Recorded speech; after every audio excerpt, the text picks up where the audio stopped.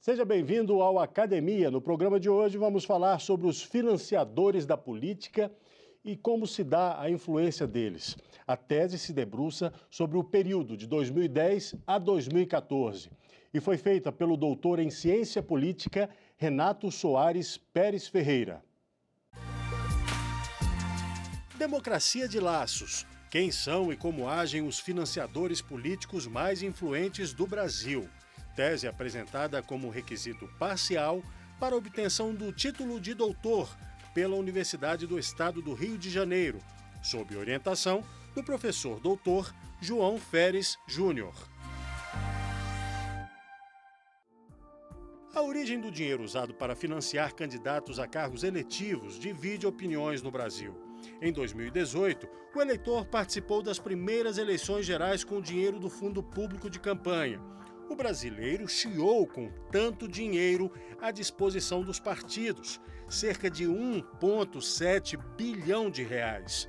Mas as novas regras foram aprovadas no Congresso e colocadas em prática.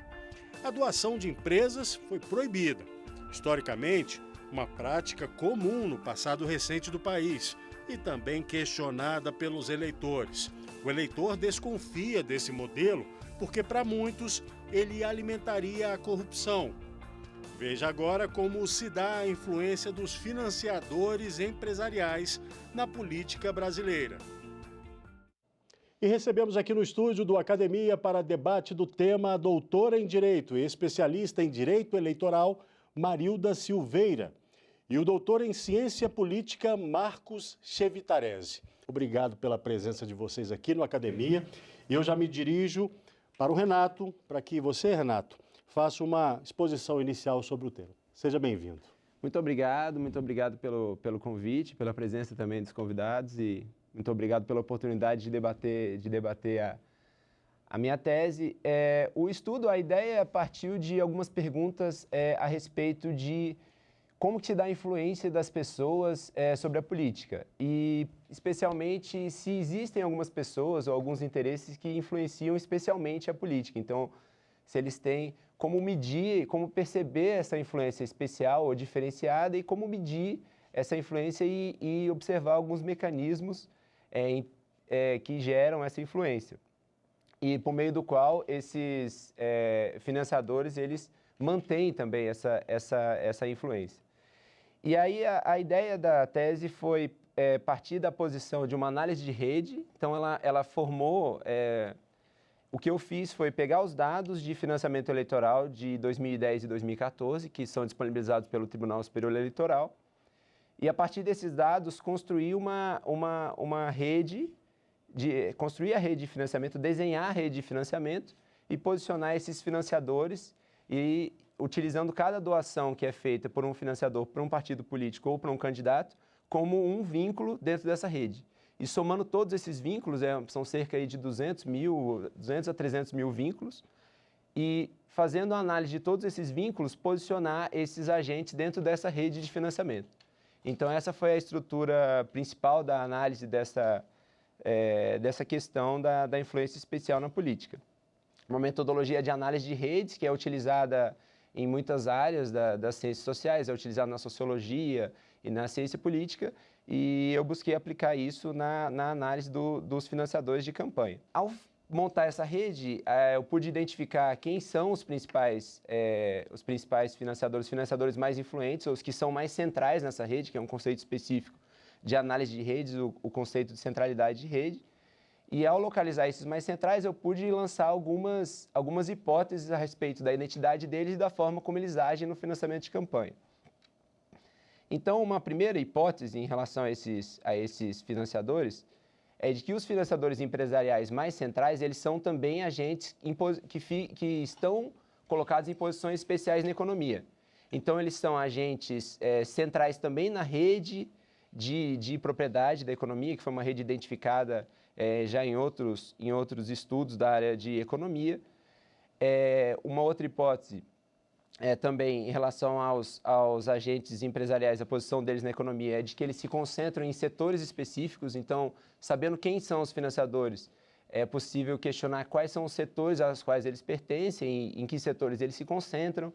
também saber dentro de cada setor como eles se posicionam nos mercados. Então, com isso foi possível lançar a hipótese de que eles seriam líderes ou pelo menos empresas que se posicionam como vice-líderes de cada um dos mercados. E por meio desses 3 ângulos entender se é verdade que os financiadores mais centrais da rede de financiamento também são centrais na rede de propriedade da economia. Num segundo momento, já lançando o olhar sobre como eles agem, a forma de agir desses financiadores mais centrais ao fazerem o financiamento político, 2 hipóteses que eu lancei e testei na tese foram de que eles seriam mais precavidos, e por precavido eu quero dizer aquele financiador que divide a sua doação por vários concorrentes. Então ele doa para um candidato, doa para o adversário daquele candidato, doa para um partido, doa para o partido oposto. Então ele se precavê, ele distribui mais as suas doações. E também a assertividade desses doadores. Então a capacidade que esses doadores, a hipótese seria, esses doadores mais centrais, eles têm uma capacidade maior do que a média de doar para aqueles que serão os vencedores das eleições. E, portanto, de estabelecer um contato com um candidato que vai se tornar ali na frente, né, no próximo passo, um mandatário. Então, essas 2 hipóteses sobre a forma de agir. E também lancei uma 4ª hipótese sobre os financiadores, os agentes partidários. Porque na rede de financiamento, isso já é antigo no Brasil também, existe o papel dos partidos políticos, dos diretórios estaduais, dos diretórios nacionais dos partidos políticos, de receber as doações de pessoas físicas e jurídicas e fazer esses repasses para as candidaturas. E esses agentes partidários, eles também são nós, né? Também são participantes dessa rede de financiamento. E aí a pergunta em relação aos agentes partidários é se algumas legendas eles costumam ter agentes partidários mais centrais, isso em 2010 e 2014, se os agentes partidários mais centrais eles se identificam com algumas legendas específicas e como que se deu a evolução da influência ou da centralidade na rede de financiamento desses agentes políticos entre 2010 e 2014. Então essas foram as perguntas, as hipóteses que foram imaginadas, que foram testadas nessa tese, e sempre tendo como pano de fundo a questão da igualdade política. Então também envolve uma abordagem teórica para poder dar sentido a essas análises, a ideia de que é importante nós nos concentrarmos na ideia de igualdade política, que é uma ideia que ela necessita, ela precisa ser expressa também na rede de financiamento. Então, a ideia por trás também é de que se a rede de financiamento ela mostra financiadores em posições muito desiguais, isso é um sinal, é um risco para a igualdade política entre os cidadãos. Acho que fundamentalmente é. Ótimo. Vamos chamar a participação dos nossos convidados? Claro. Doutora Marilda, seja bem-vinda. Por favor, faça uma questão sobre a tese do Renato. Bom, Renato, parabéns pelo seu trabalho, né? Muito interessante o diagnóstico, acho que levanta questões importantes. De lá para cá, muita coisa mudou, né? Inclusive, a gente não tem mais financiamento de empresa. Então, a minha pergunta é direcionada para um olhar sobre o diagnóstico que você fez. Você acha que agora que a gente não tem mais financiamento de empresa, que esse papel de desigualdade no financiamento, que agora é mais público, embora não seja exclusivamente, foi tomado pelos partidos políticos? Porque eles passam a definir para onde vai o dinheiro, sim, né? Sim. Ótimo. É uma pergunta muito boa, muito interessante, muito obrigado. Na parte final, a tese, ela analisa 2010 e 2014, né, os dados, e se concentra na questão do financiamento empresarial, que era muito relevante nesse período. E eu já pude colocar na parte final alguns questionamentos em relação ao que veio depois, né? Porque em 2015 houve a decisão do STF no sentido de julgar inconstitucional a doação de pessoas jurídicas. As pessoas jurídicas já respondiam por grande parte do financiamento, a maior parte do financiamento vinha das pessoas jurídicas. A gente teve uma eleição municipal em 2016 sem o financiamento de pessoas jurídicas e sem o fundo especial, que foi uma eleição em que houve uma influência muito grande foi potencializado de uma maneira muito forte o autofinanciamento de alguns candidatos. Então, alguns candidatos que tinham condições de se financiar com recursos próprios ganharam muito espaço nas principais disputas das prefeituras em 2016. E entre 2016 e 2018, isso foi equacionado, se percebeu, olha, sem os recursos das pessoas jurídicas, a gente não vai ter recurso para fazer as campanhas, a gente vai cair numa inundação de caixa 2, ou a gente vai ter que fazer alguma coisa. E aí o Congresso se moveu e criou o Fundo Especial de Financiamento de Campanhas, né? Foi em 2017 e ele vigorou nas eleições, a partir das eleições de 2018. Só que qual é a questão do Fundo Especial de Financiamento de Campanhas? Como é que o sistema se acomodou com o fim do financiamento por meio das empresas e os partidos fazendo essa distribuição? Ficou uma coisa que não atingiu o coração do problema de igualdade política, na minha opinião, porque esse critério ficou... primeiro porque você garantiu os recursos, uma quantidade de recursos próxima da quantidade de recursos que as pessoas jurídicas doavam. Você garantiu isso para os partidos e você deixou que os partidos fizessem essa distribuição praticamente... É claro que depois a gente inseriu alguns critérios, como, por exemplo, a cota para o financiamento das mulheres, mas centralmente ele não tem uma definição de como os partidos deveriam agir para dividir isso. Não existe, por exemplo, algo que faça com que as bases do partido possam influenciar como esses recursos são distribuídos, né? Então, por essa questão de ter deixado muito a critério dos partidos e garantir os recursos, a parcela cheia dos recursos para os partidos, eu acho que ele não atingiu o coração do problema da influência desigual sobre a política. Doutor Marcos, seja bem-vindo. Por favor, faça uma questão sobre a tese. Primeiramente, cumprimentar a todos, né? Cumprimentar o Renato, doutor Renato, pela tese. Você cita uma pesquisa que compara 3 países. De um lado, teria a Austrália e o Canadá, que teriam uma índole de um capitalismo liberal, uma democracia liberal, e cujo financiamento seria mais pautado pelo pragmatismo do que pela ideologia, né? O contraponto dentro dessa pesquisa seria a Alemanha, que seria mais pautada, teria um equilíbrio, né, entre a ideologia e o pragmatismo, que seria um capitalismo temperado, né, um liberalismo temperado, vamos dizer assim. Como você enquadraria, a partir dos dados da sua pesquisa, pelo menos em 2010 e em 2014, e pela revisão de literatura que você fez, que foi muito boa, né? Como você enquadraria o Brasil nessa taxonomia, nessa classificação? Bom, muito obrigado, Marcos, pela pergunta. Realmente, a questão do pragmatismo e da ideologia é uma questão que marca várias pesquisas na literatura, né? Tentando descobrir, embora seja uma questão muito difícil de se identificar realmente uma doação movida pelo pragmatismo e a doação movida pela ideologia. A ideia seria que a doação movida pelo pragmatismo, o doador está tentando buscar uma conexão com o mandatário e, a partir dali, se posicionar, por exemplo, em relação ao mercado.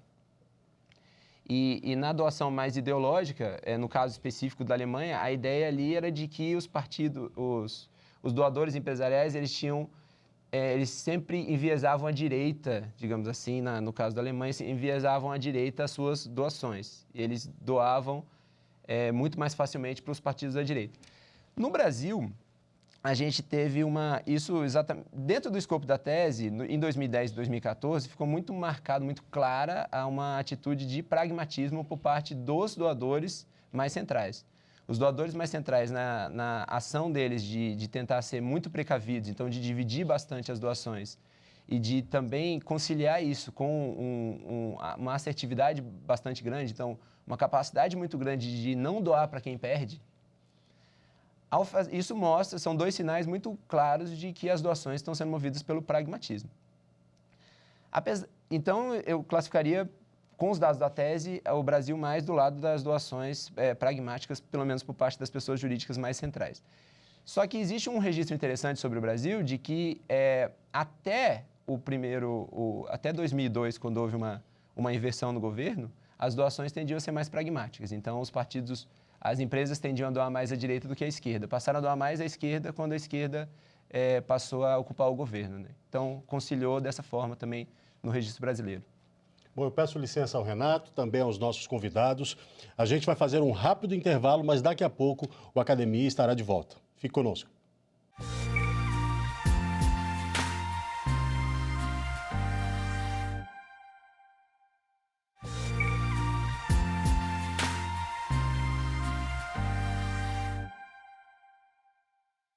O Academia está de volta hoje com o tema Democracia de Laços. Quem são e como agem os financiadores políticos mais influentes do Brasil? Com o expositor Renato Soares Pérez Ferreira, a convidada Marilda Silveira e o convidado Marcos Chevitarese. Bom, eu queria te perguntar, fiquei curioso, o Democracia de Laços, o título. Desenvolve para mim isso aí que eu fiquei interessado. É interessante porque a análise de redes, né, que foi digamos assim, a forma pela qual eu busquei identificar quais são os financiadores mais influentes e a forma de agir deles, ela tem alguns conceitos centrais, alguns conceitos específicos, operacionais, eu diria até, e um deles é o de nó. Então, se nós formássemos uma rede aqui, nós quatro, seríamos 4 nós de uma rede, 4 nós. E a rede, ela precisa de nós e precisa de ligação entre os nós. E essa ligação entre os nós, ela é chamada às vezes de aresta ou de nó, ou de laço. Ou de laço. Então, por exemplo, se eu tenho uma ligação com o Marcos, é um laço entre eu e o Marcos, e aí os laços vão se formando ou as arestas.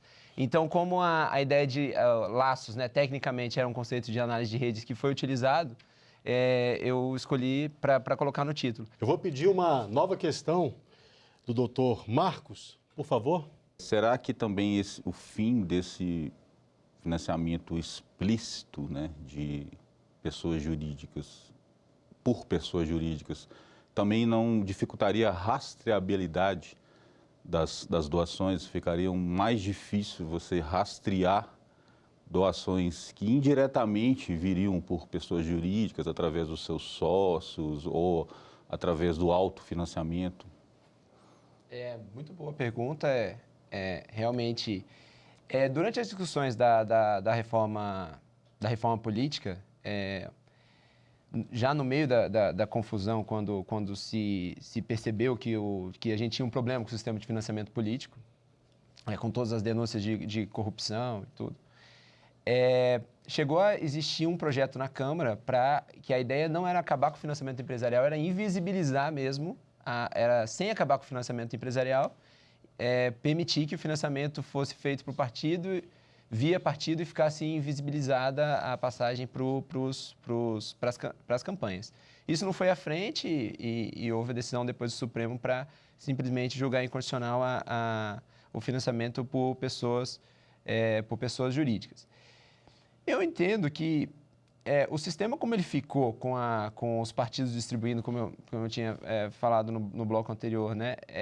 Como ele ficou com os partidos ficando livres, a tendência seria os partidos manterem o padrão de distribuição que eles estavam, ou tenderiam a manter o padrão de distribuição de 2014, em 2018.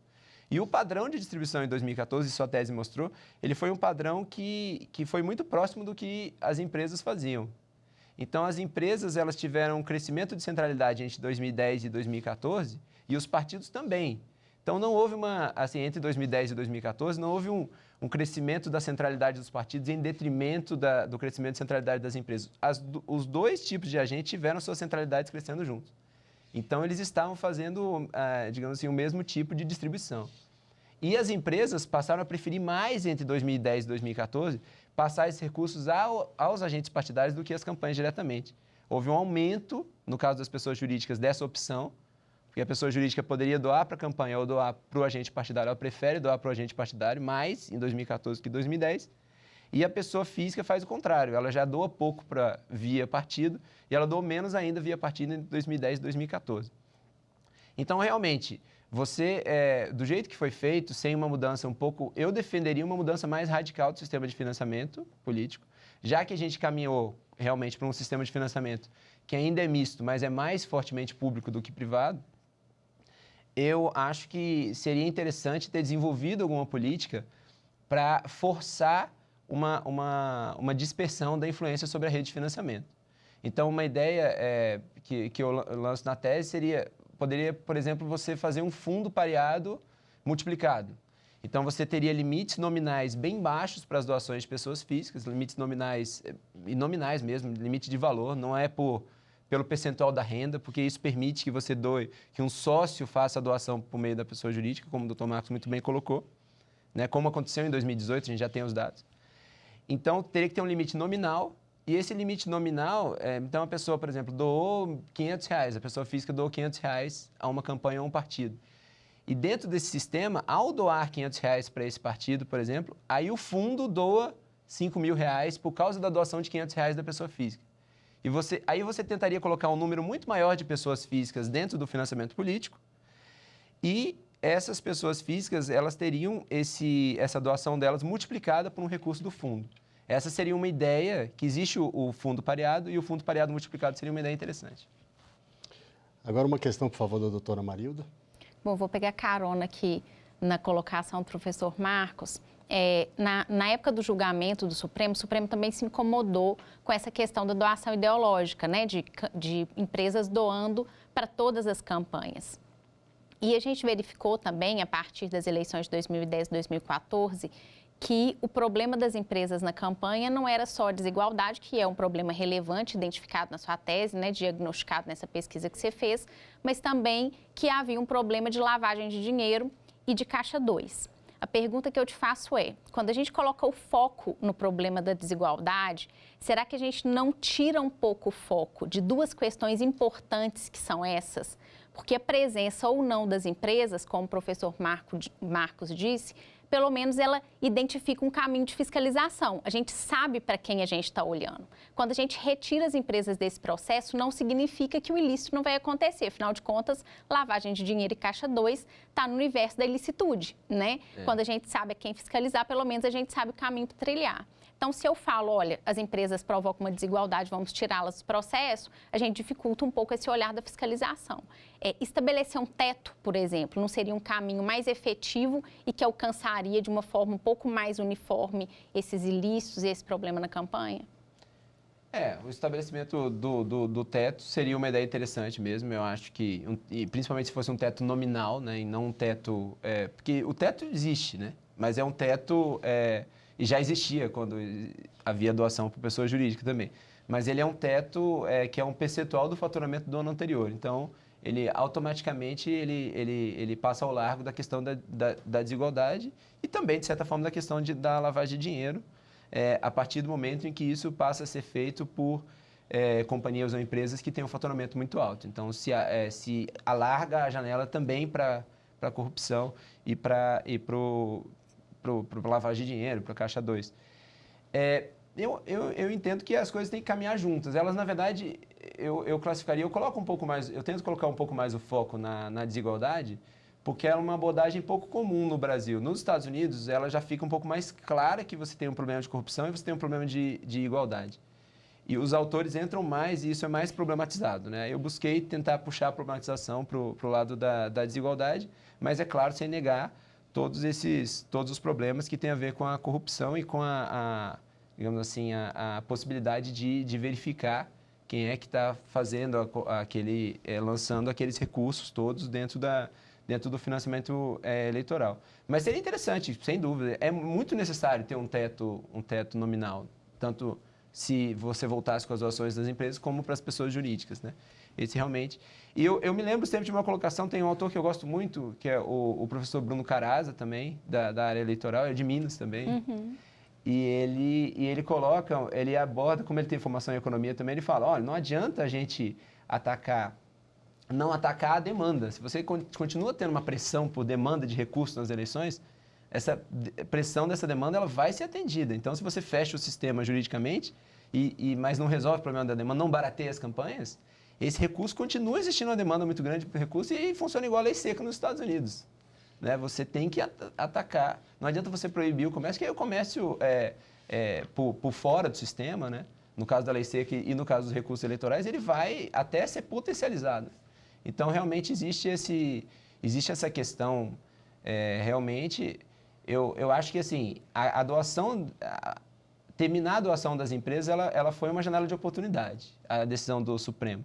Porque você poderia ter montado o sistema de financiamento misto de uma maneira mais interessante. Mas, realmente, ela não resolveu totalmente o problema e ela ficar sozinha e você montar o fundo sem muito critério ficou uma coisa complicada que os desdobramentos a gente ainda está por ver. Renato, no início do programa, nós vimos ali uma introdução que fala sobre o eleitor, né? Que o eleitor desconfia do financiamento público, o eleitor desconfia também das doações. Como é que é a sua visão sobre isso? A quem está nos assistindo, quer dizer, o eleitor, como é que ele fica nessa história, na sua opinião? Ele não gosta nem de um modelo nem de outro. E aí?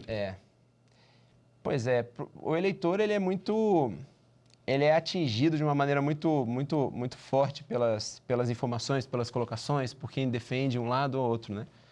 O que eu acho que o ponto de vista do eleitor é de que a política só melhora, inclusive o sistema de financiamento, ela só melhora com participação.